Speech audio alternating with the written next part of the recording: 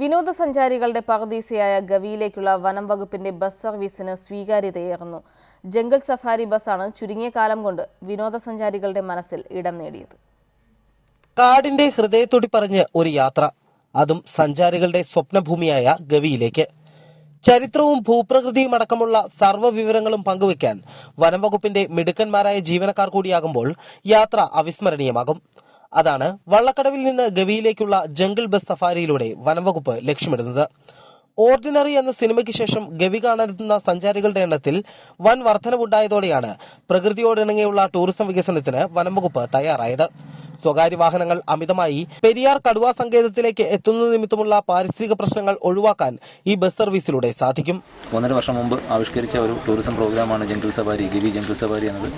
30 പേർക്ക് ഒരുമിച്ച് jungle safari enjoy ചെയ്ത് ഗവിയിലേക്ക് പോകുന്നതിന് ഈ യാത്രാ സൗകര്യം നമ്മൾ പ്രയോജനപ്പെടുത്തുന്നുണ്ട്. ഒരുപാട് വാഹനങ്ങൾ, സ്വകാര്യ വാഹനങ്ങൾ ഒരുപാട് നമ്മുടെ ടൈഗർ റിസർവിനുള്ളിലേക്ക് വന്ന് അവർ പാരിസ്ഥിതിക പ്രശ്നം ഒഴിവാക്കുന്നതിന് വേണ്ടിയിട്ടാണ് കുറേ പേർക്ക് ഒരുമിച്ച് പോകാവുന്ന ഒരു വാഹന സൗകര്യം നമ്മൾ ഒരുക്കിയത്.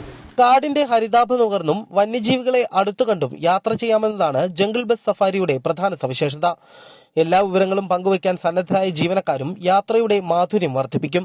പുൽമേടുകൾക്കും ചോലവനങ്ങൾക്കുമിടയിലൂടെയുള്ള സ്വപ്നയാത്രയ്ക്ക് ശേഷം ഗവിയിലെത്തുമ്പോൾ തടാകത്തിനുള്ളിൽ ബോട്ടിംഗുമാകാം. ട്രക്കിങ്ങിന് ഇതിലും പറ്റിയൊരിടം വേറെയില്ല. ശബരിമല സന്നിധാനത്തിന്റെ വിദൂര ദൃശ്യങ്ങളും ഗവിയിലെ കുന്നുകൾക്ക് മുകളിൽ നിന്ന് കാണാൻ സാധിക്കും. ജംഗിൾ ബസ് സഫാരി ആരംഭിച്ചതിനു ശേഷം സഞ്ചാരികളുടെ എണ്ണത്തിൽ വൻ വർധനവാണ് ഉണ്ടായിരിക്കുന്നത്. സൽജി ടിത്തോപ്പിനൊപ്പം റിപ്പോർട്ടർ ഇടുക്കി.